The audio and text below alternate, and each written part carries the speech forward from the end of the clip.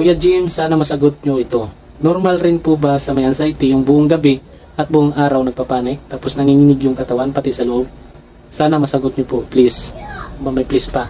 Opo ma'am, thank you sa katanungan mo ha. Unang-una po, sa una po kasi yung mga sinasabi mo rito na sintomas, sa una po ganun po talaga ang nararamdaman. Kasi wala ka pong idea noon kung bakit anong nangyayari sa inyo, bakit nakakaramdam kayo ng mga ganun. Wala ka pong kaalaman noon kaya ganun nangyayari sa inyo. Ibig sabihin, nakikita ko sa mga tanong mo bago pa po yung anxiety mo.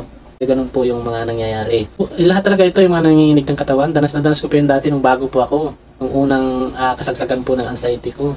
Hindi ko po alam ang mga salitang anxiety na yan kung hindi ko pa naramdaman. Kasi kaya ko nasabi na may anxiety ako, may nervous ako, may panic attack ako. Kasi nga po, yung lahat ng lab test ko, lahat ng mga laboratory na nirequest sa akin ng doktor, normal po ang resulta. Kaya yun po, sabi ko sa doktor, bakit ko nararamdaman yung mga ganon? Normal naman lahat ng mga lab test ko. Kaya yun, ang advice sa akin ng isang doktor,